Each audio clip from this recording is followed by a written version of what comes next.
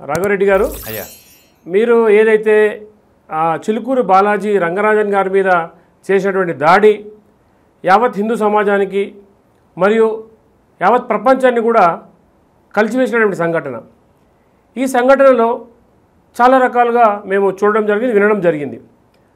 మేము ముఖ్యంగా హైందవ సంఘాల ఐక్యవేదిక మీతో చర్చించడానికి రావడానికి కారణం ఏంటంటే, అసలు మీరు ఈ యొక్క దాడి విషయంలో దాడి కావాలనే చేశారా, లేదంటే అక్కడ జరిగిన సందర్భాన్ని బట్టి చేశారా, లేకుంటే ప్రీ ప్లాన్డ్గా మీరు డబ్బుల కోసం ఏదైనా బెదిరించడం జరిగిందా? అలాగే ఏదైతే ఇప్పుడు మనం సనాతన ధర్మంలో రామరాజ్యం అని మీరు ఒక స్థాపన, మీ హిందూ సంస్థ ఒకటి ఉంది. రామరాజ్యంలో రాముడు ఇలా దాడిమని చేయమని మీకు ఏమైనా నేర్పించాడా అని మాకు చిన్న డౌట్ ఉంది. కాబట్టి దీని మీద మీ వివరణ కోరడానికి ఈ యొక్క చర్చా వేదిక పెట్టడం జరిగింది. అయ్యా, చిలుకూరు టెంపుల్ ఆలయానికి మాత్రమే కాదు, అనేక దేవాలయాలకు మేము తిరిగి ఉన్నాం స్వామి.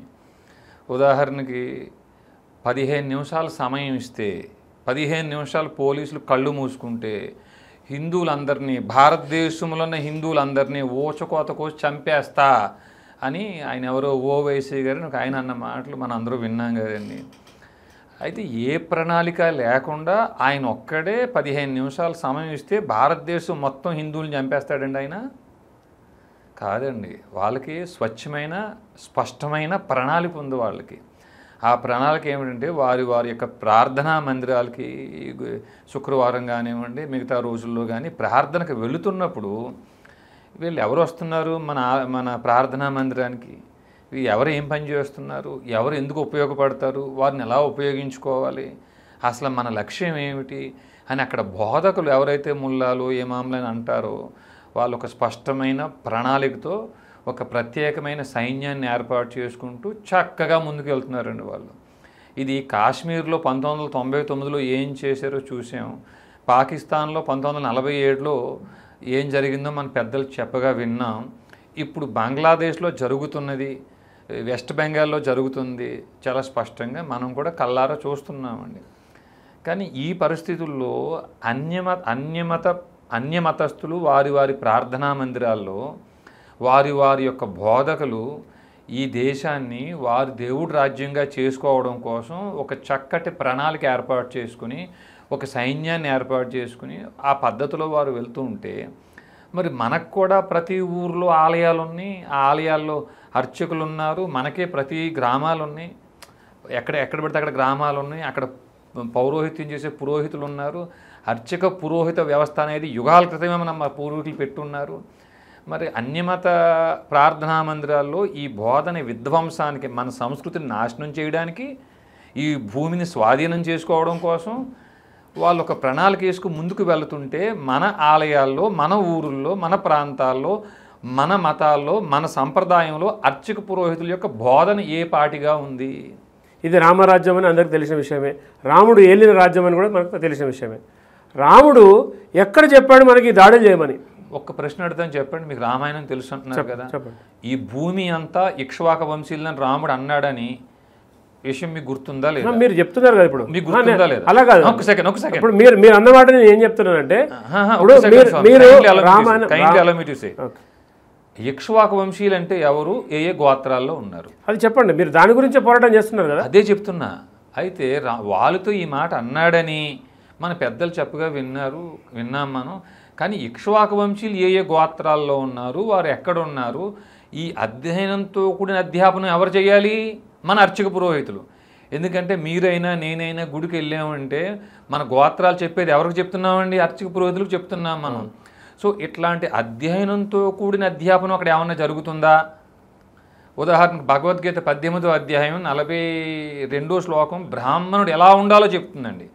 శమో ధమస్తప శౌచం శాంతిర్జావమేవచ జ్ఞాన విజ్ఞానం ఆస్తిక్యం బ్రహ్మకర్మ స్వభావజం అని. ఈ లక్షణాలు మీకుంటే మీరు బ్రాహ్మణులే. మీకు అర్థమైందా? క్షాత్రం అంటే ఏమిటి? 43వ శ్లోకం చెప్తుంది. వైశ్యులు అంటే ఎవరు? 44వ శ్లోకం మొదటి లైన్ చెప్తుంది. శూద్రులు అంటే ఎవరు? 44వ శ్లోకం 2వ లైన్ 18వ అధ్యాయంలో చెప్తున్నారండి. మీ పోషణ నిమిత్తం వైశ్యుల్ని శూద్రుల్ని మేము సమాయత్తం చేస్తాం మేము అనేటువంటి బాధ్యత ఎవరు తీసుకోవాలి? మన అర్చక పురోహితులే కదా. దానికోసమే ఈ విషయం మీద అనేక దేవాలయాలకు వెళ్ళి కలిసామండి. చాలా దేవాలయాలకు వెళ్ళాము, కలిసాము. వారికి చెప్పాము. కొంతమంది విన్నారు, కొంతమంది వినలేదు. కొంతమంది అయ్యా చాలా మంచి ప్రణాళిక, మేము కూడా ఊరికి ఒక్క సైనికుడిని తయారు చేస్తే 27,000 గ్రామాల్లో కనీసం 27,000 మంది సైన్యం మనం అవుతాము, వారి పోషణ ఊరు మొత్తం చూసుకుంటే అనేటువంటి సిద్ధాంతాన్ని నచ్చిన వాళ్ళు చాలామంది అయ్యా మేము సపోర్ట్ చేస్తాం, మేము సిద్ధమై ఉన్నాం, మంచి ప్రణాళికని చాలామంది చెప్పారు. కొంతమంది మేము 100 మందిని కలిస్తే 2-3 అవి విన్నాను కూడా పెద్ద సుముఖంగా లేరు. అందులో భాగంగా అందరికీ చెబుతూనే చిలుకూరు రంగరాజన్ గారి దగ్గరకు కూడా వెళ్ళామండి. వెళ్తే మొదట మేము గుడిలోకి వెళ్ళాం. గుడిలోకి వెళ్ళేటప్పుడు కూడా చక్కగా షూ అవి ఇప్పేసి, ఇప్పుడు ఎలాగైతే షూ ఇప్పుకు లోపలికి వచ్చామో షూ అవి ఇప్పేసి గుడిలోకి వెళ్ళామండి. ఆ గుడిలో కూడా సుమారు అరగంట పైన ఉన్నాం. ఆయన ఇంకా రాలేదు. తెలిసిన విషయం ఏంటంటే ఆయన ఇంట్లో ఉన్నారు, నిద్రపోతున్నారు అని చెప్పేసి చెప్పుకొచ్చినాను. ఆ తర్వాత సహజంగా బ్రాహ్మణులు ఈ సమయంలో నిద్రపోరు. మీరు తెల్లవారుజాము 4 గంటలకే 4 గంటల వరకు మేలుకునున్నా 4 గంటలకు స్నానం చేసేసి వారి జపతపాదులు ఆ పనుల్లోకి వెళ్ళిపోతారు తప్ప అని అనుకున్నాం. ఆ తర్వాత ఇంటికి వెళ్ళామండి. కాసేపు వాళ్ళ అన్నగారితో మాట్లాడాము. ఆయన ఏం చెప్పారు, అసలు యుద్ధం అనేదే మన సంస్కృతి కాదు, మనకు కావాల్సింది రామరాజ్యం కాదు, సీతారాజ్యం అని చెప్పి వచ్చారు. మొదటిసారిగా మీరు కలవడం జరిగిందా? ఇంతకుముందు మీరు కలిసారు? ఇంతకుముందు కలిసామండి. ఇంతకుముందు కలిసినప్పుడు మీరు ఏం చర్చించారు వారితో? ఇంతకుముందు ఆయన టైం తీసుకుని వెళ్ళామండి. సుమారు అప్పటికి ఏమన్నా ఒక 1 year క్రితం అనుకుంటానండి. ఓకే. ఆ గుర్రం రాఘవేంద్ర అని చెప్పేసి ఒక ఆయన ఉన్నారు, ఆయన ద్వారా కలిసాము. అప్పుడు మీరు ఎంతమంది కలిసి వెళ్ళారు? మీరు ఒక్కరే వెళ్ళారు? మేము 5 members వెళ్ళాము. 5 కలిసి వెళ్ళాము. ఓకే. ఆ వెళ్ళినప్పుడు రామరాజ్యం బుక్ ఆయనకి ఇచ్చి ఉన్నాము. అయితే ఏమిటంటే సహజంగా ఆయన ధోరణి ఏమిటంటే వీళ్ళు ఎందుకు వచ్చారు అని చెప్పేటువంటి లక్షణం ఆయనకి లేదండి. ఓకే. మంచో చెడో మనం కలవడం కోసం మీ దగ్గరికి వచ్చాము, మేము వచ్చాము అన్నప్పుడు ఎందుకు వచ్చారు ఒక 10 నిమిషాలు మీరు వింటే, నాయన మీదేదో చిన్న వయసు, మీకు సరిగ్గా తెలియదు, మీ ప్రణాళిక సరిగ్గా లేదని మీరు చెప్పినా పర్వాలేదు. అసలు మనం చెప్పే వినే లక్షణమే బహుశా ఆయనకి లేదేమో అండి. ఆయనకి సహజంగా ఆయనకి లేదేమో. ఫస్ట్ మేము కలిసినప్పుడు కూడా ఆ బుక్ రామరాజ్యం బుక్ ఇచ్చాము. ఆయన ఒక అరగంట చెప్తే విన్నాం. అయ్యా మరి ఒక 10 నిమిషాలు తమరితో మాట్లాడాలని చెప్పి అన్నాము. లేదండి నాకు టైం లేదండి, ఇప్పుడు తర్వాత నేను ఫోన్ చేస్తాను అన్నారు. 10 నెలలు అయిపోయింది, ఆయన ఫోన్ చేయలేదు. అన్ని ఆలయాలు తిరుగుతున్న దాంట్లో భాగంగానే చిలుకూరు ఆలయానికి కూడా ఈయనకు కూడా వెళ్ళి ఒక 10 నిమిషాలు కాన్సెప్ట్ మనం చెప్పొద్దాం. ఇంతకుముందు వెళ్ళాం, ఆయనకి వినే అవకాశం లేదు. ఈసారైనా మనం చెప్పొద్దాం అనే ఉద్దేశంతో వెళ్ళామండి. ఓకే. వెళ్ళిన తర్వాత గుడిలోకి వెళ్ళాం. గుడిలో ఆయన కలవలేదు. అక్కడి నుంచి మళ్ళీ ఇంటికి వెళ్ళాము. ఇంటికి వెళ్తే వాళ్ళ అన్నగారు లేదండి, ఆయన ఇంకా మా తమ్ముడు నిద్రపోతూ ఉన్నారని అన్నారు. నాకు అప్పుడు కూడా డౌట్ ఉంది, ఈ టైంలో నిద్రపోరు కదా బ్రాహ్మణులు. ఈ శూద్రుడైన నేనే ఆ ఉదయం సమయంలో మేమే నిద్రపోం, సూర్యోదయం తర్వాత నిద్రపోం మనం అని చెప్పి అనుకున్నాము. కాకుంటే ఓ అరగంట వేచి ఉన్న తర్వాత సుమారు 8 గంటల ఆ ప్రాంతంలో ఆ పైకి వెళ్ళాము. ఆయన రూమ్ ఉన్న రూమ్ పైకి వెళ్ళాము. అక్కడికి వెళ్ళే సమయానికి భగవద్గీత 18వ అధ్యాయం 42వ శ్లోకంలో బ్రాహ్మణులు ఏమి చెయ్యాలి, ఎలా ఉంటే బ్రాహ్మణులు అని చెప్పుకొచ్చిందో దానికి వ్యతిరేకమైన పనిలో ఆయన ఉన్నారండి. అక్కడ ఆయన పైనలో ఉన్నారు, రంగరాజన్ గారు ఉన్నారు. అది చూస్తే నాకే నెత్తురు ఉప్పొంగిందండి, నాకే కోపం వచ్చింది. కోపం వచ్చినా మేము కంట్రోల్ తప్పిపోయి ఇలాంటి పని ఏంటని చెప్పేసి, ఈ కొద్ది గొప్ప మీరు బ్రాహ్మణులై ఉన్నారు, ఇలాంటి పనులు మీరు చేయకూడదని ఇది మేము చెప్పే ప్రయత్నం. గుడి బయట ఉన్నారా, గుడి లోపల ఉన్నారా? గుడిని ఆనుకుని వెనకాల ఆయన ఇల్లు ఉందండి. ఓకే. ఆ ఇంటి లోపల పైన ఆయన ఉన్నారండి. అప్పుడు మీతో పాటు మీరు ఎక్కడికైతే వెళ్ళారో అయితే మీతో పాటు మీ టీం కూడా ఉంది కదా? అవునండి, మీ సైన్యం కూడా ఉంది కదా? ఇప్పుడు ఈ సైన్యం అంతా సంఘటన చూసారా? అందరూ చూడలేరని, ఎందుకంటే అది ఇరుకైన సందు నుంచి లోపలికి వెళ్ళాలండి. ఒక 4-5 members ఉంటాం ముందు మేము. మాకు తప్ప ఆ వెనకాల ఉన్న వాళ్ళకి ఆ సంఘటన తెలియదు. ఈ కాకుంటే ఇప్పుడు మనం ఈ స్టూడియో లోపలికి వచ్చామండి, నా కాళ్ళకు షూ లేదు. మన ఇద్దరం కలిసి గుడికి వెళ్దాము, షూ వేసుకెళ్ళాం, చెప్పులు వేసుకెళ్ళాం, ఇది మన సంప్రదాయం అండి. అక్కడ ఆయన ఉన్న ప్రదేశంలో కింద అపరిశుభ్రమైన వాతావరణం అండి.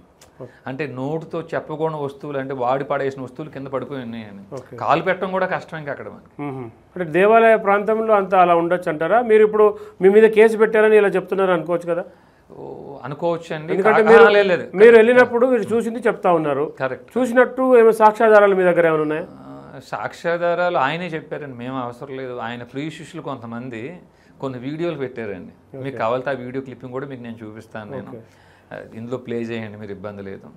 ఒక శిష్యుల్లో ఒక ఆయన, నేను రంగరాజన్ గారికి ఇట్లా దాడి జరిగిన తర్వాత ఇన్ని రోజులు అయ్యాక ఎందుకు స్పందిస్తున్నానని మీరు అందరూ అడగొచ్చు నన్ను. రంగరాజన్ గారితో నేను 1 hour ఫోన్లో మాట్లాడాను.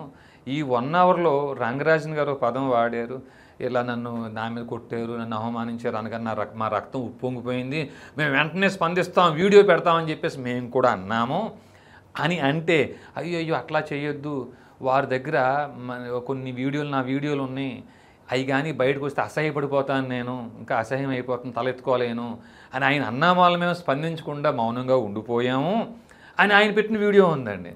నన్ను అడిగిన ప్రశ్న వారిని అడగండి, ఆయన అసహ్యమైన వీడియోలు ఏమిటి, ఆ చెయ్యకూడని పనులు ఏమన్నా ఆయన అక్కడ చేస్తున్నారా, మీకు అర్థమైంది?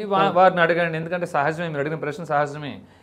మేము మంచివాళ్ళు అని నిరూపించుకోవడం కోసం ఆయన మీద బురద జల్లేయచ్చండి మేము. కానీ భగవద్గీత 18వ అధ్యాయం 42వ శ్లోకం బ్రాహ్మణులు ఏమి చెయ్యాలి, ఏమి చేస్తే బ్రాహ్మణులు చెప్తుంది. అవి ఆయన చేస్తున్నారా లేదా, ఆ సమయంలో అక్కడ ఆయన ఎందుకు ఉన్నారు, ఇలాంటి ప్రశ్నలు మీరు అడగండి స్వామి, ఇబ్బంది ఏమీ లేదు.